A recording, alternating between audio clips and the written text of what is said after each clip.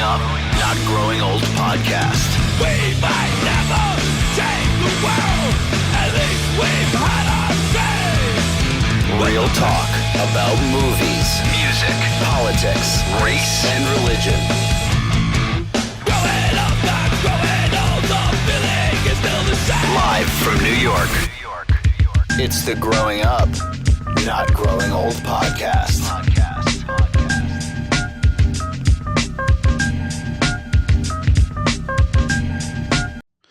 What's up, everybody? Welcome to the Growing Up, Not Growing Old podcast. My name is Mike Russo, your host. With me today, fucking Uncle Vinny Doke, TBD. What's up, baby?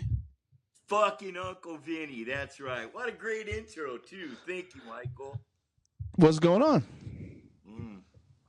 Man, not much. I did go to New Jersey earlier last month, and I got to hang out with your brother, Anthony. Oh, tell me about that. What were you doing? We went to the Shattered Realm and Stripe show that was in, I think it was called Lakewood, New Jersey. Does that make sense? Yeah, that's where the blimp went down. Yeah. That's correct. That's what. Oh, the humanity. I had no idea, man. And Patrick Duda, he that's who I was kind of hanging out with also. He's the one that took me right by where that happened, man. Blew my mind. And I didn't get to see it in the daytime, man. I wanted to see it in the day, and then he showed me the hangar. That hangar that's still there. That's pretty badass, man. Yeah. Oh, it's still there, huh? Yeah, I saw this big ass fucking structure. Yeah, it was huge. That's really interesting. Also, that's where, people say, oh, the humanity. I'm pretty sure that's where that came from as well. That is correct, because the guy that was there was a guy that was announcing or narrating as the blimp was coming down, and then that was one of the sentences he said as it caught fire and came down. He goes, "Oh, the humanity," and that's where that came from. That guy.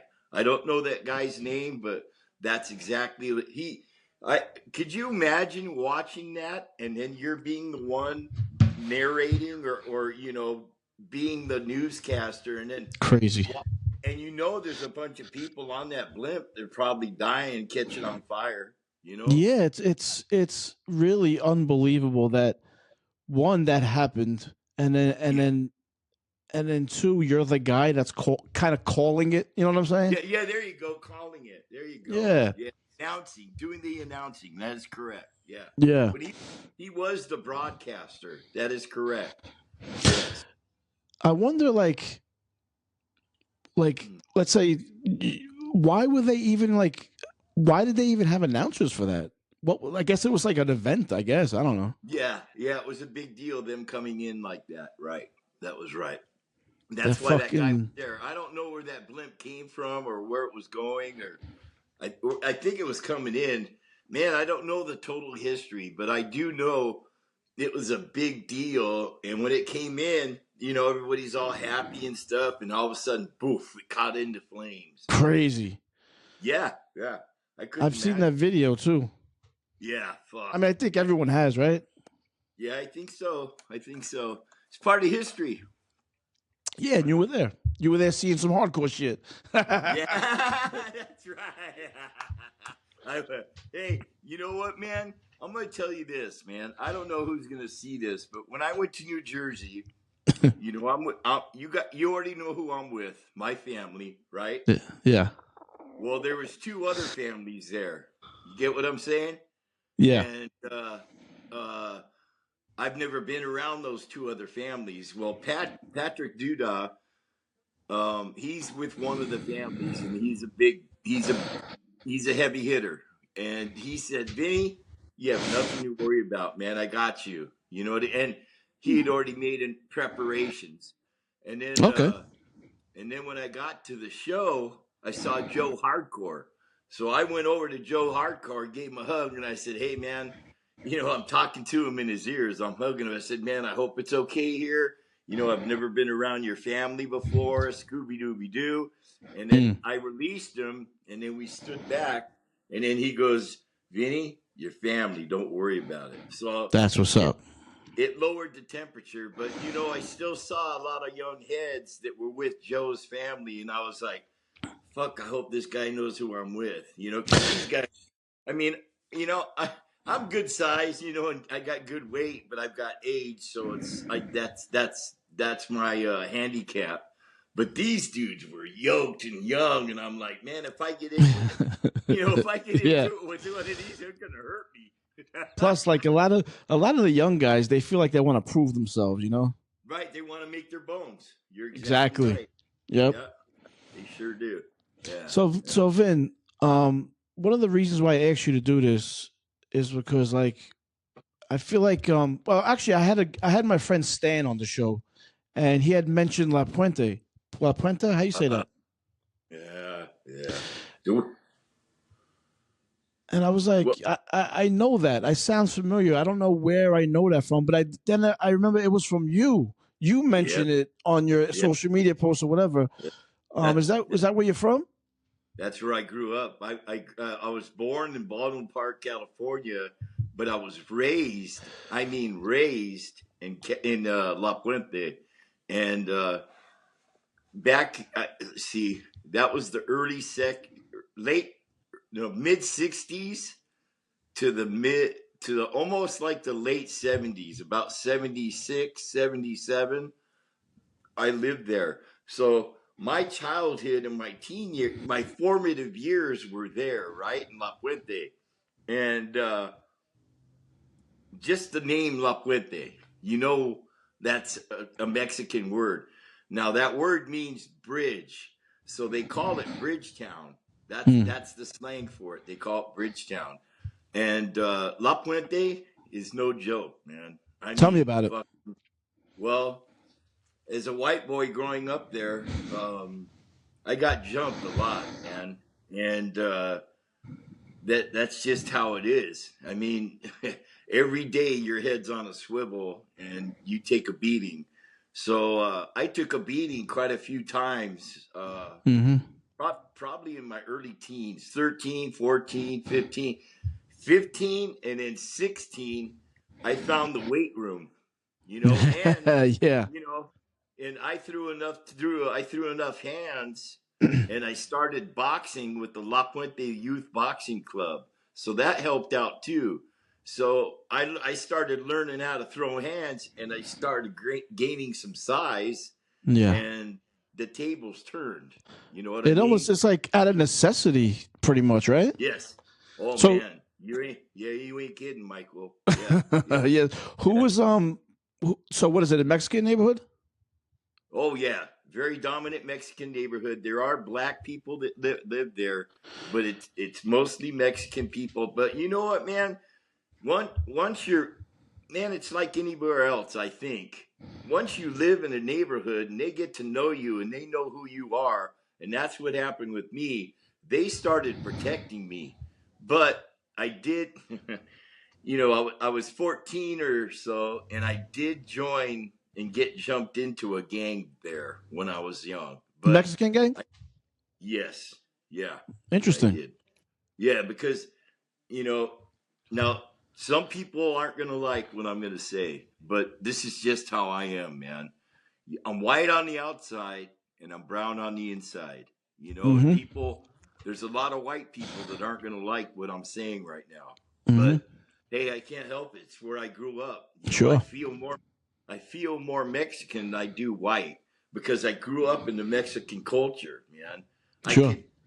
I could eat Mexican food all day long, every day, no problem. And well, it's delicious. That helps.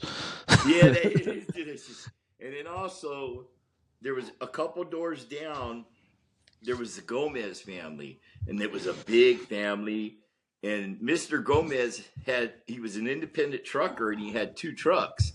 So I was over there all the time helping him with his trucks. Plus, my best friend John lived there, and John was my protector for a long time, until the tables turned, like I told you. Right. And, we spent and get this, Michael. So I've known John Gomez since like I think 1967. I was in third grade. I'm 63 right now. Wow. So think about that. That's a fucking long time. It's an So eternity. Amazing. I'm gonna fast forward to 2017, 2018. I got diagnosed with cancer, and then I had surgery and stuff, and then I started to recover.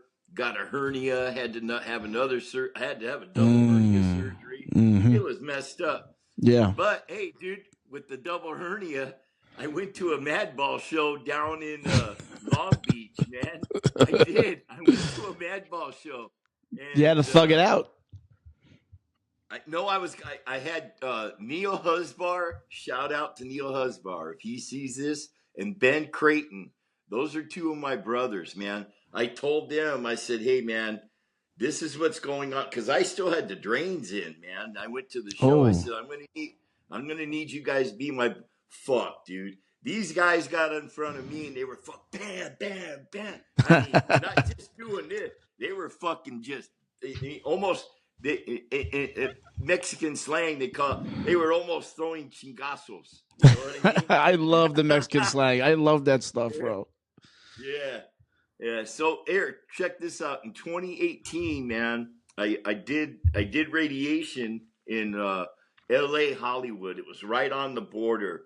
I did it on Hollywood Boulevard is where I was at. And what the fuck? What was I gonna say? My son just texted me. I'm so sorry. No, that's all right. Yeah, take your time.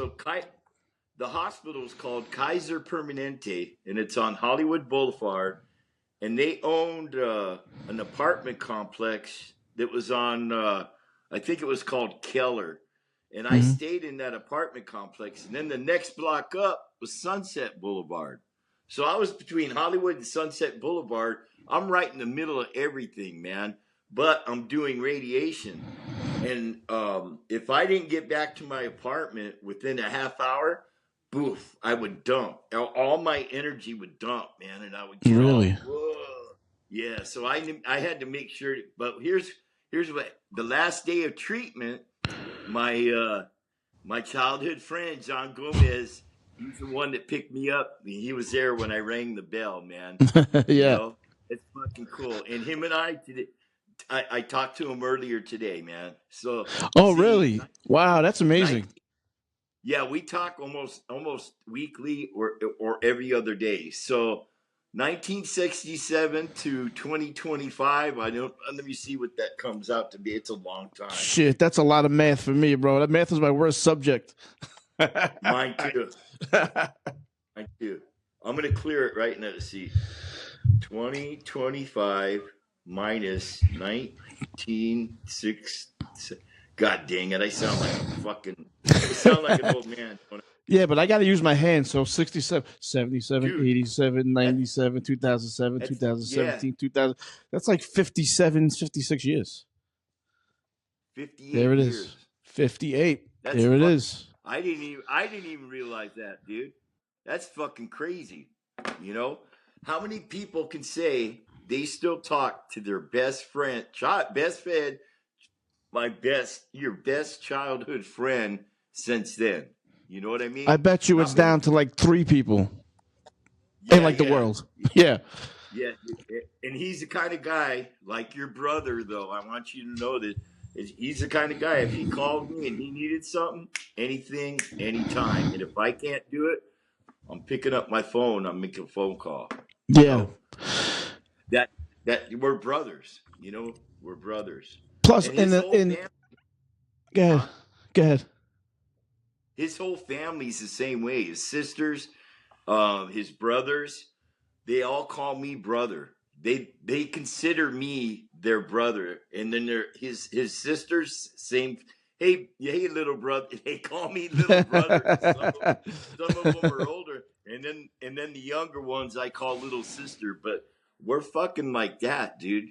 You know, we're really and close. I feel like relationships like that need to be cherished because it's so rare that you meet people like that. I mean, when I was a kid, when I was in my teens, I ran with like 50, 60 people.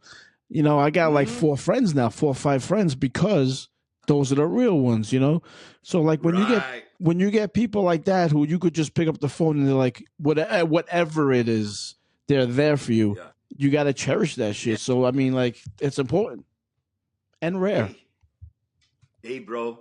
Now check this out. You're talking about someone, them being there for you. I think it was 1976. I was a sophomore. I was going to Workman High School, which is in La Puente, and now it's been taken over by the City of Industry. But I went to Workman High School, if anybody knows about it. And I was doing good. I was getting big and starting to get ready for football because spring training was coming around and stuff. And all of a sudden I get this call, hey, we're pulling you out and your mom's pulling you out of school. You got to go. I said, what the fuck? I see my mom, and she made us move to Monrovia. Now, Monrovia, California is about 12, 14 miles from La Puente, and it's a black neighborhood. Okay. So now I'm leaving a Mexican neighborhood to a black neighborhood. Now, Monrovia is right next to Pasadena, so you know.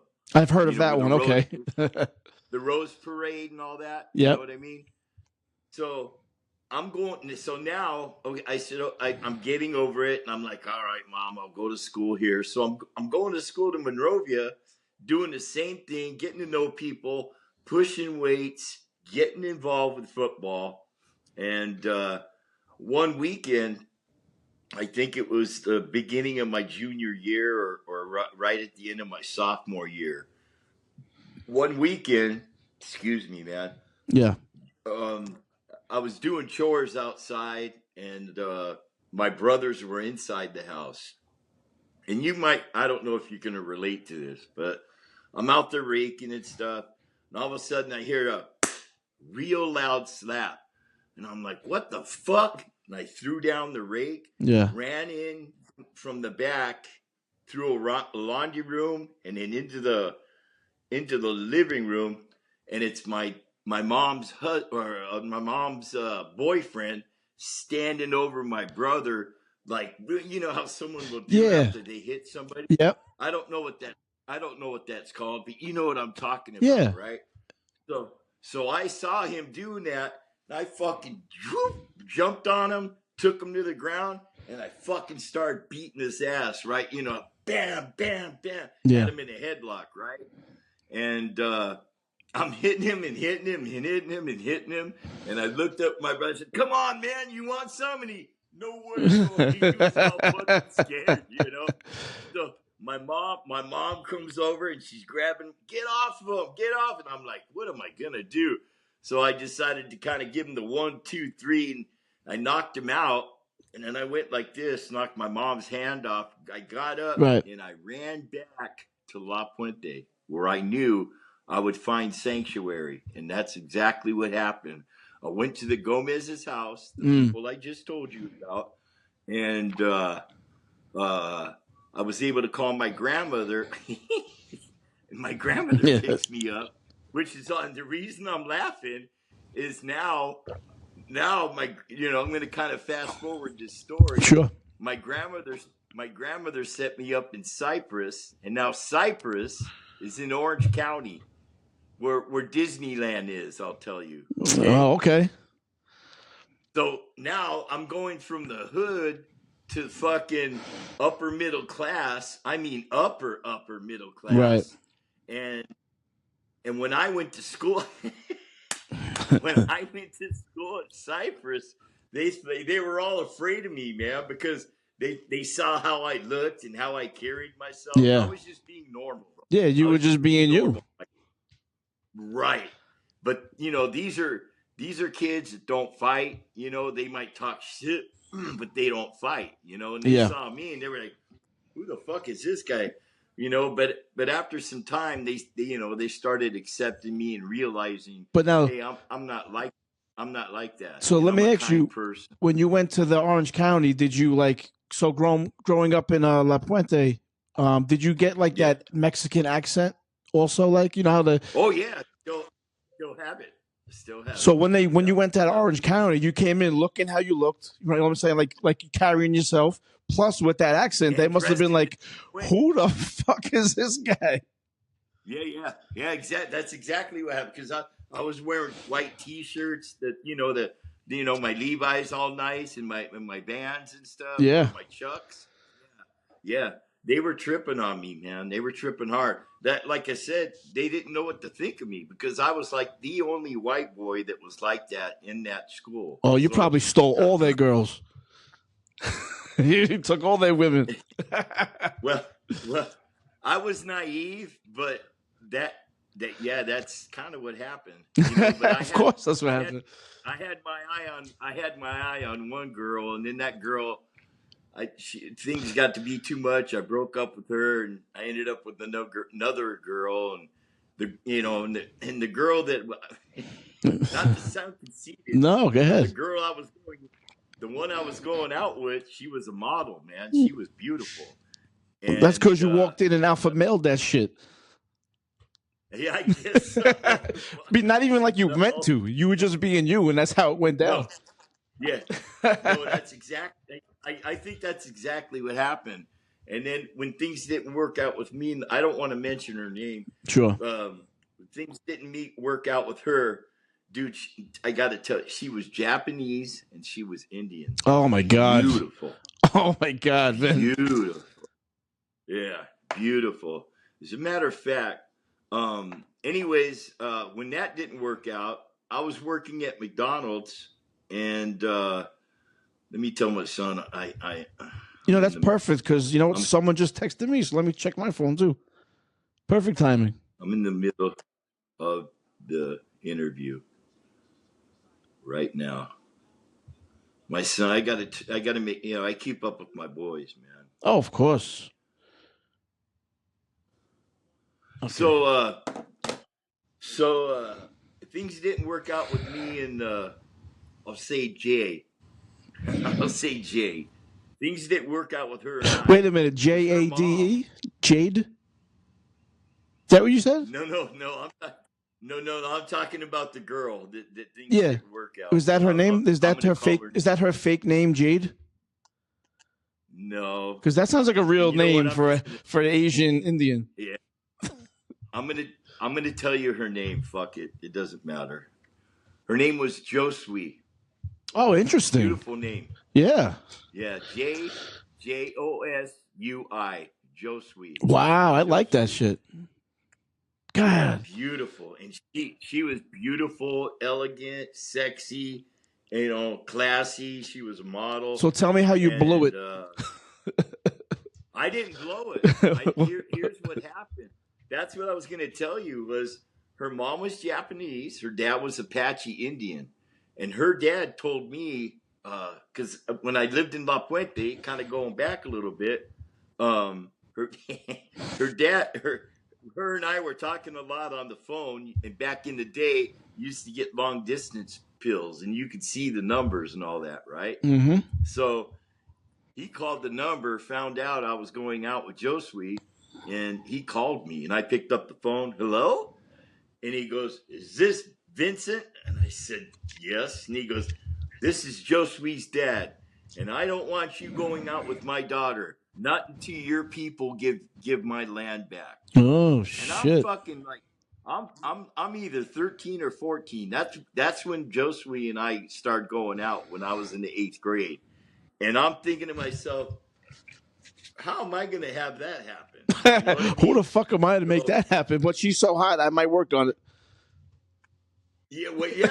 And, what I understood, the natives, Native Americans, I understand that. Mm-hmm. But as a 13, 14, and hearing this from an adult, I'm like, what the fuck? How am I supposed to, But so what we did is kind of did it on the DL. You know what I mean? Yeah. Yep. And then when I moved to Cyprus, I lived in a townhome with my grandmother, and there was a courtyard. I lived here; she lived right across from me in the courtyard, man. And her dad. Oh man. Her dad was air control. What's it called? Air traffic controller. Yeah. There you go. he was that. And he would leave at 10 o'clock at night, dude. So I would sit in my living room and look out the window, opening the curtain. And then I watched Josue open her window, and then she'd come out and then come over to my pad and hang out for a couple hours. That's a perfect Every situation. night. Wow. And that dad is at work, like sweating, like, oh man, that Vinny kid, he's right across the street. He knows when I leave. Yeah. So what ended up happening, man, I was getting burned out because I got chased by him. His mom. Oh, really? Her mom hit me. Yeah, dude. We were walking around the complex once, and let me back up. One time we were at school at Cypress. She came to school and she was all lumped up, Michael. Oh no, She really? had black eyes, and her nose and stuff. And I was like, what the fuck happened? And she tried to disguise it with some Of glasses. course, right. I flipped out. And I told her, I said, I'm going to fucking hurt your dad. She goes, Vincent, if you hurt my dad, I will never speak to you again. That's a fucked up situation. Yeah. So I got tired of I got tired of having to deal with this because my hands were tied. You know what I mean? Yeah, of course. I was respecting her wishes. So also, I think. So I ended up breaking. 1 second, Vin, not to interrupt you, but I think it's important to say, you're also like 14 at this point, right? No, now at the point where when he told me that, I was 14, right? Then I moved to Cyprus, so now 16, 17. I think I was 17 when I was 17 when this happened. So you're even more like of a man now. Yeah, now and I'm gaining strength, and because I'm hitting the weight room. I was getting big, man. I'm not trying to brag, but I was building my body, and we were out holding hands, walking around, and he saw us, and he yelled out, "Josue, come here!" And then he started coming towards us real quick, and she goes, "Leave! I want you to," she goes, "Run away." To you. So I ran away. Huh? I was just making sure that she said that to you and not to the father. Yeah, that's correct. He said that. So I ran away because now I'm respecting Josue's wishes. She doesn't want me to lay hand. So I ran away, got away, and then she got in trouble. I saw her the next day, and she was telling me she's on restriction and bullshit like that. And I'm like, I'm done with this, man. And I broke up with her. But I ended up, I was working at McDonald's, and I ended up not hooking up, but ended up being a boyfriend, girlfriend with the girl that was on the drill team that was even another beautiful. Really? Wow. So things worked out. Good. But come to find out, like you said, there was a bunch of girls that were wanting to get a hold of me, but I didn't know it, man, because I was naive, man. Plus, if we knew then what we know now, forget it. You would have been laying it down. Yeah, and I've always been a gentleman. I've always been a gentleman too, Michael. Always. Yeah. Always. Yeah. Yeah. So that's a good story. A lot of people don't know about that. How was your let the cat out of the bag. How was your boxing skills at this point? Were you still doing the boxing thing? Yes. Wait, hold on 1 second. 1 second. Sure. Something happened with my recorder. Okay, it started a new one. Okay, we're going. So yeah, your boxing. How was your boxing at this point? It was good, man. I was doing real good, and like I said, it was called the La Puente Youth Boxing Club, and we would box other cities and stuff, and go to tournaments, and a lot of these tournaments were down in L.A. So when you go to, because La Puente's like not East LA, but East LA. Okay. And La Puente's about, I'd say La Puente's about 20 miles east of LA. Okay. Mm-hmm. So it's not too far, but it's not right there. I don't want people to think I was right there, But yeah. It was a very, very tough place to grow up. But we went we had our tournaments and stuff that was like right around La Puente, but then we had a lot of them that were down in L.A. Well, like I said, I was a little guy at first, and I was doing good. Like a light, whatever the lightweights Yeah. are, bantamweights, Cruiser, you know what I bantam, mean? feather, all these things, right? Yep. Yeah, and I did fine, but then I started gaining weight. I think I weighed like 165, 175, and I wasn't growing yet. I was still like 5'5", 5'6". Well, I was starting to box guys that were 6'1" and 6'2", and I didn't know how to get in there underneath, the reach. Sure. The reach was Reach is a so they were motherfucker, jabbing. yeah. Yeah, they were jabbing the fuck out of me, bam, and I'm getting knocked out, or I'm just getting fucking knocked. Most of the time, I didn't get knocked out, but the only person that knocked me out was my brother. Fitting. Little Fitting. motherfucker. Yeah. But yo, listen. And he never let me live it down. I remember in high school, like I remember the toughest kids, or not the toughest kids, but it seems like the kids who was always winning the fights were these tall, skinny dudes with the reach, man. Yeah, because if you don't know, like Mike Tyson knows how to get under there and get in the, you have to be able to get under there and get in. You're gonna take a little bit of damage, but once you get in there, you're giving that damage. Yeah, give it. And I was young back then, so I hadn't picked up that skill yet. So by the time I was 17, I stopped boxing. But we did go to L.A. and box, man. And when you go to L.A. and you're boxing all the areas around L.A., you're getting some heavy hitters, man. And I have to mention Frank Baltazar. He ended up being a champion, and I forget what weight class, but he was a homie, man. I played baseball with him. He was a good dude. He ended up living in Vegas and doing really well. And then what was that dude's name? What was that Puerto Rican guy? He used to have that he used to twist his hair. But he was a boxer? Yeah. You might know who he is too. What decade are we talking? The 80s, I think. So I don't really know the Hispanic boxers, like outside of like Macho Camacho, and then you had Oscar De La Hoya. I think that was it. No, I think that was Macho Camacho. He was big in the 80s. That's him. Yeah, that's him. Macho Camacho and Frank Baltazar, they boxed, and I think, because it was Frank's first big championship fight, and it was on ABC. Keith Jackson called it. I'll never forget. I was so proud. But I think, it's, the lights, the cameras, and the whole thing.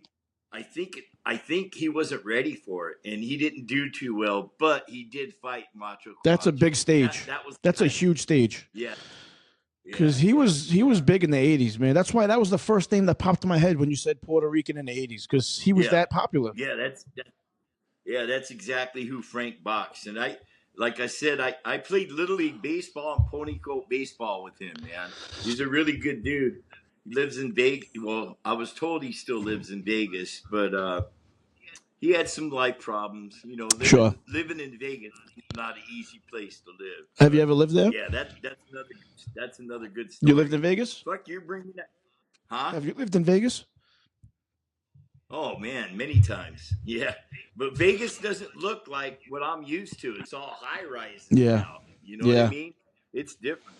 And I've got two cousins that live there and an aunt. They live in Vegas, but they live outside. I forget what it's called. It's a nice place. One of my cousins lives in a gated community, and then my other one, I think she lives in North Vegas, and her mom also. Yeah.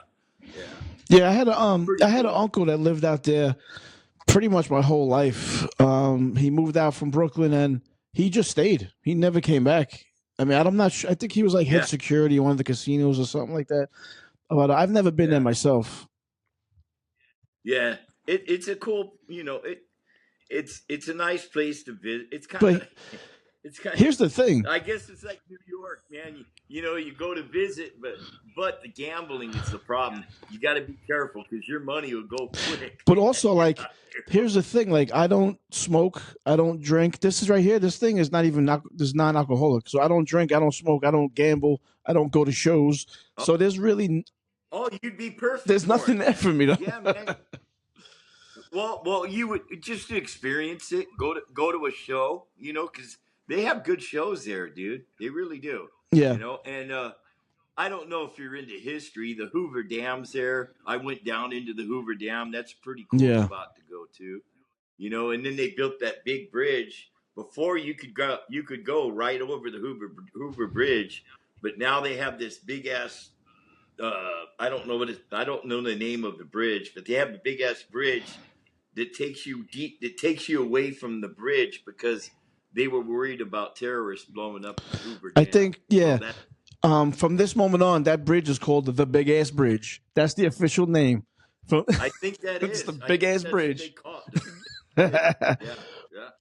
I think you're right. But that sphere thing looks pretty fucking cool. You seen that sphere? What is that thing? That thing's crazy. Dude, I have not seen that in person yet because I left California in 2018 and we drove, my son came and picked me up, to help me move. And when you drive on the I-15 and dude, I saw these high rises, but the sphere hadn't been started to be built yet. So I'd like to see the sphere. Yeah, that'd be bitchin'. That thing's fucking crazy. It really is. That's a trip, that thing. Can we go back to La Puente for a second? How do you like what entails being jumped into a gang? If you want to talk about it. Well, is it like what we see on TV? Yes. When you get jumped in, they ask you, are you sure? Are you down? Is this what you really want? And I wanted that because this is a group of friends that I was already tight with, but they wanted to make sure I fucking had the heart. Yeah. That's what it's about, Michael. A lot of people don't understand it, but the people that are growing up in the hood, they kind of get it. So what happens is you got to go like 30 seconds or a minute. With me, it was 30 seconds. And what they do is they put you in the middle of a circle, and then they actually time it too, Michael. And they said, okay, go. And then everybody fucking starts throwing it, and you're fucking trying to throw. How many guys? And then you're getting your. I think it was eight or 10 guys that did it to me. And is there like one guy, like a quote unquote leader that's in the back watching, or is there like a crew, like like 3-4 guys, or what? Nope. Well, yeah. There's a bunch of guys. There's a crew watching, but there's also the head chingon is what we call it, and that was the guy that was timing it, and he's kind of making sure that nobody's being too dirty. They're just all right, yeah. They want to, I'm getting fucking beat the fuck, but they don't, and they want to see if I'm fighting back, not just. Yeah, you can't be folding up, right? No. And I didn't. I took my lumps, you know what I mean? But I gave some too, and then finally when he says, okay, stop. And it takes a minute or it takes a few seconds for that to stop because the adrenaline. Yeah. You know what I mean? And then it stops. And then I'm like huffing and puffing and fucking looking around. And then what happens is they come in. Oh, yeah. But they didn't know me as Vinny. It was Vince. Yeah. Or Vicente. They call me yeah. Vicente. And then they'd come in and they're giving me hugs and stuff and kisses. Yeah. And then, boom. Then I was locked in. I was part of the family, the familia.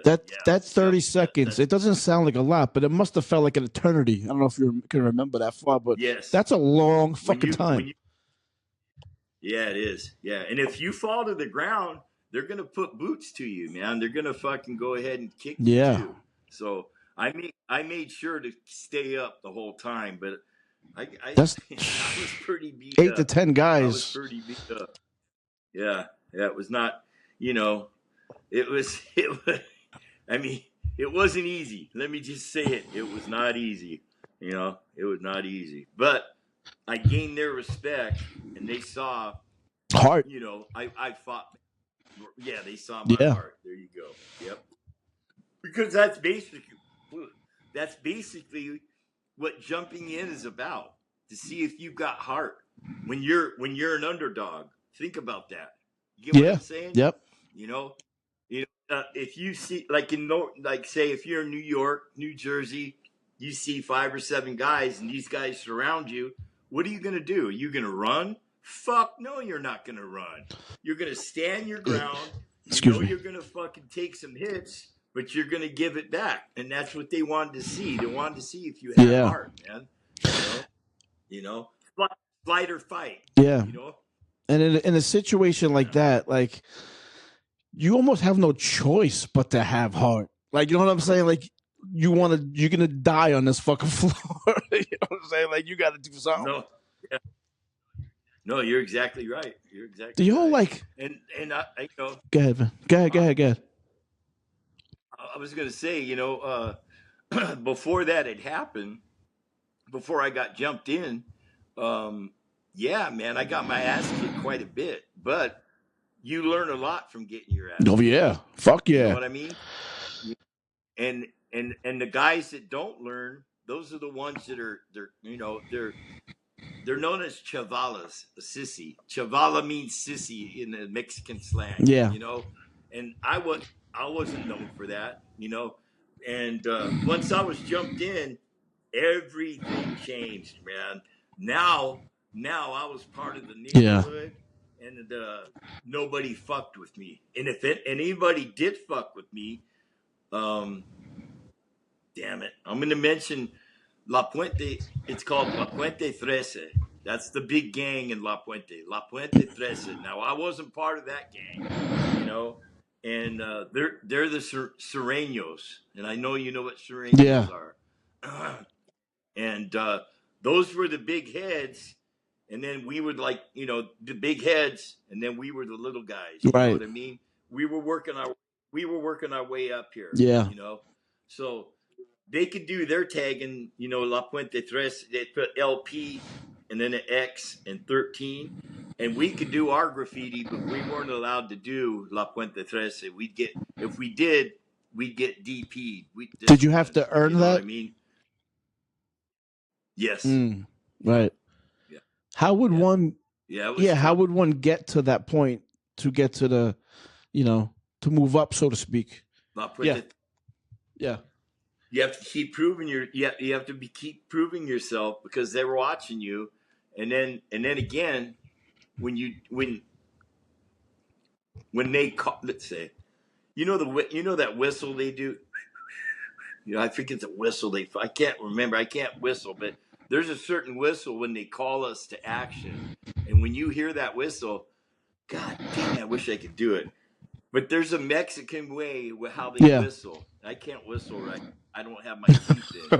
That's like a call. That's like a call to say, hey, man, someone's in our neighborhood. And if it wasn't, if you don't go to that, or if like say, hey, man, we're gonna go to this hood and we're gonna go have a gang fight. We're gonna go.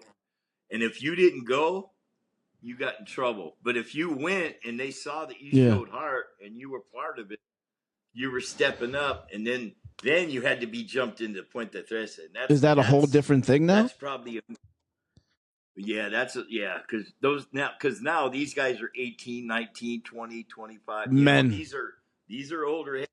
These are guys, you know what I mean? So now it's men versus boys is what I'm getting. I hear you. You know what I mean?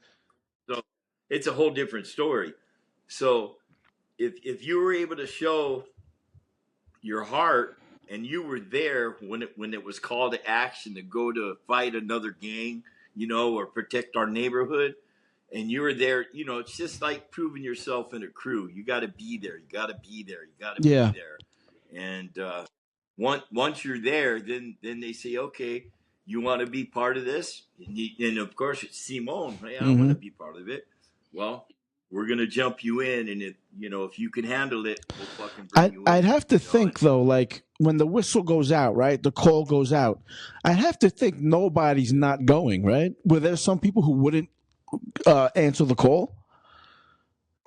There were some people that really, and they knew that, because they'd watch to see who showed, because your hood, you know yeah, what I mean, and I know you know what I'm talking about, because I've talked to Anthony about certain things, and if you don't show up, you're gonna be fucked. You're gonna be out. They're not gonna want you to be part of it. Yeah, that's what I'm saying. Like I feel like you. I'm very surprised that there's people who didn't show up to the call, because like might as well just leave the neighborhood then. Yeah. Yep. Basically, because whenever we saw that person, we threw Chingasos. It was like an SOS. Because that guy's weak and he didn't show up when he was supposed to. Is an SOS like a TOS? It's like the same thing. Okay. Yeah. Swing on site. Yep. Oh, okay. So yeah, we got the TOS, but how many white boy? You do only white boy? There was me. There was about, I'd say maybe 15 or 20. Oh, okay. So it was quite a few years. All right. Yeah, but remember, this is a Mexican dog, and I didn't get along with these other white guys. Yeah. Because they didn't live by the culture. They were living. God, I hate to say, man. Nah, not at all. They were living white, man, and not Mexican. Yeah, I understand. I mean, they weren't living the Mexican culture. Yeah. You know what I'm saying? And those guys, we didn't fuck with. We just let them alone. They were bookworms, or they were musicians, or whatever it is. Fuck, I just got a low battery signal. Yeah, but they were left alone as long as they didn't try to portray themselves of something that they weren't. Right. You get what I'm saying? Right. Yeah. Because now you're misrepresenting. Yeah. I understand. That is correct. That's correct. And Vin, like, me, me and Anthony, we're half Mexican, right? I don't know if you knew that or not. And the thing is, like, I've had deep discussion. That's a very rich culture. And unfortunately, I haven't had the opportunity to really learn about that side of my culture, which is unfortunate because you've lived it. Yeah. Yeah. I lived it. Yes. Yep. And when hey, trip out on this. And when I used to go to Gomez's house back in childhood, their grandma, abuelo, what we called her Lita. Lita was her name. She was a little lady, man. Every time I showed up, ¿Quieres comer? She would ask me if I wanted something to eat. She'd always talk Spanish to me, man. She did not speak English. So I had to learn Spanish. That's probably the best way to do it, too. I was able to. Right? Yeah. And I did. I did. And when I moved to Cyprus, I stopped using Spanish because now I'm in a lily white neighborhood. That's what I call it. Yeah, I think everyone understands what you mean. It was. Yeah. And I'm not trying to talk shit. It's just. Hey, what's real is real. Like someone on the side could be like he's talking shit, but the truth is the truth, and it'll always be the truth, and that's that. Yeah. And Cyprus was a white neighborhood, man. So, and dude, Michael, even I felt like a minority, even though I was white, because of how I am and my culture and everything. You know what I mean?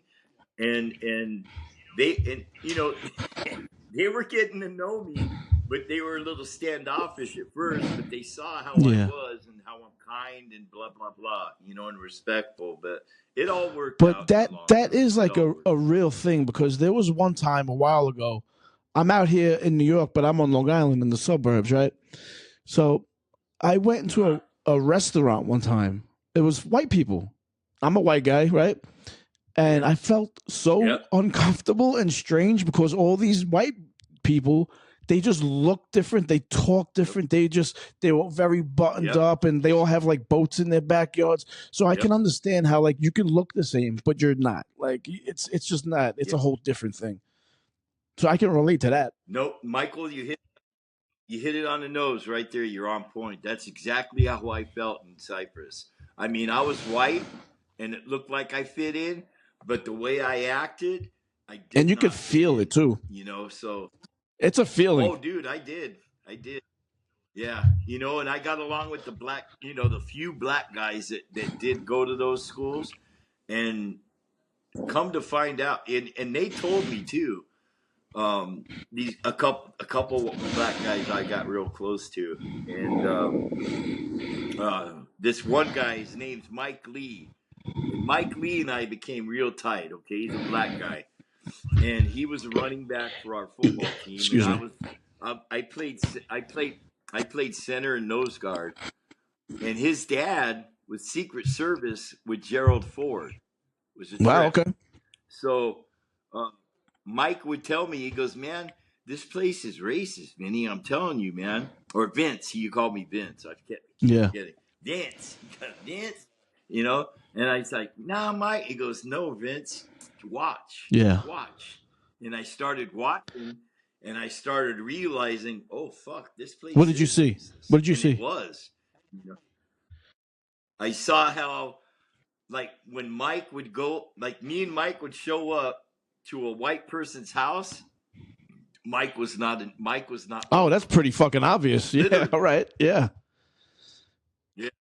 I mean, yeah. It does. Oh no, no, he's not here. You know, you could. There's tell no they were mistake in lying that. because they looked at me. They looked at me, and then they looked at Mike, and they were like, "Oh, no, he's not here," or whatever it was, whoever. Because back in the day, you went over people's houses. I mean, you could call them on the phone, you know, but most of the time you went over, hey, man, what's up? How you doing? Is so-and-so there? And they would see Mike, and they were like, oh, no, he's not here. Yeah. You know what I mean? And trip out on this. Mike brought up a good thing. He goes, Vince, I know how you are. I know you're not racist, but I'm going to ask you a question. He goes, if I had a daughter and you had we're 18, 17 when you're doing it. He goes, if I had a daughter and you had a son and my daughter wanted to marry your daughter, how would you feel about that? Yeah. The silence. I did that on purpose, okay? He goes, see, Vince? You had to think about it. You shouldn't have to think about it. And I went, fuck. I learned a good lesson right then and there, man, when he said right. You know, I should have just said, yeah, man, no problem. But I didn't. I fucking thought. As long as your son isn't a dick. So my whole you know. Yeah. You know, but you know, my kids did not grow up in like me. You know, my sons. As a matter of fact, one of my sons came up to me. He was about 5 or 6 years old. And, you know, we had like a international neighborhood. We had Colombians, we had Ecuadorians, we had Colombians, and we had a black family and Hungarians all on one block on a cul-de-sac, right?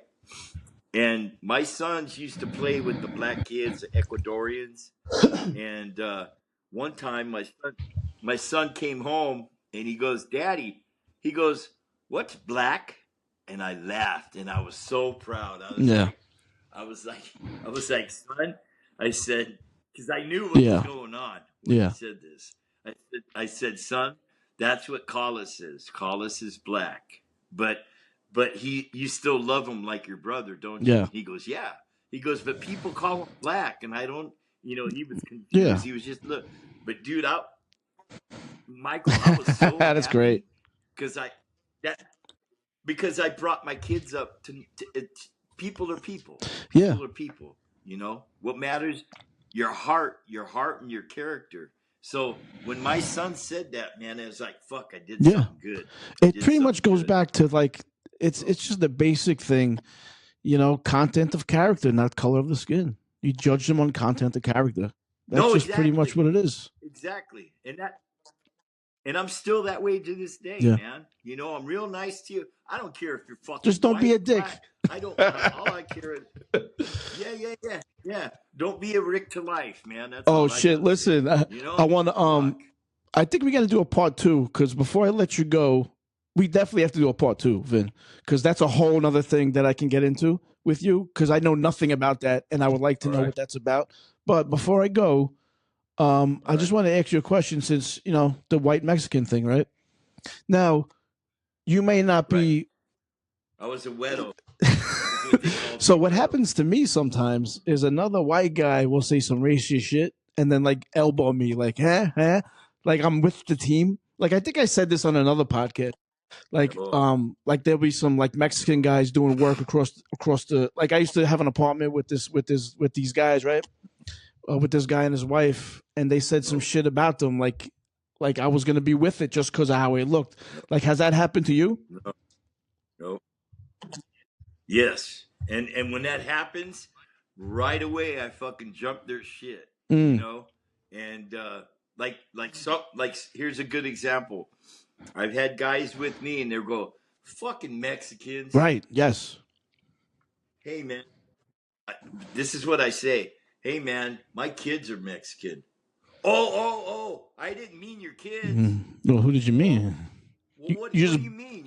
You made a you just blanket brushed statement everybody saying with one fucking stroke. Mexicans. That's right. And dude, I would not let them go. I would not let it go. I would say, look, dude, my kids are Mexican. You know, I know I'm looking over. My kids are fucking Mexican. My cousins are Mexican. My uncle's Mexican. Half my fucking family is Mexican. I grew up in a Mexican family, and I would fucking get heated. And if I had to, I'd fucking punch him in the fucking That's what's face. up, Vin. Yep. You know what I mean? I don't put up with that kind of shit. Fuck no, dude. No, it doesn't fly with me. Same thing with black people. I won't let that fly. I say, hey man, fuck you. That's who I grew up with. You know what I mean? The N-word never came out of my, well, I probably said it a couple times when I was a kid, but as an adult, no. I've never ever said the N-word. Never. You know, in Puerto Ricans, when I was in the army, I got introduced to Puerto Ricans. That was that was an experience, man. All right, listen, we got to get into that next time as well because I like to do an hour show and your battery's dying. So listen, yeah, I'm getting down. Yeah, and it says, yeah, I see this. So yo, thanks for coming on with me, man. I've been wanting to talk to you for a while. I know we met that one time at Tompkins Square Park, which was a great time.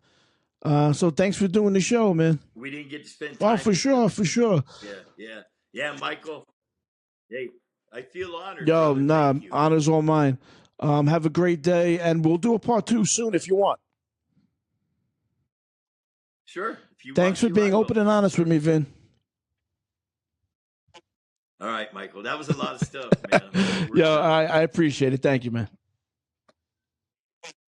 Hey, I love you, Michael. I love you, Unc. Later. All right, bye-bye.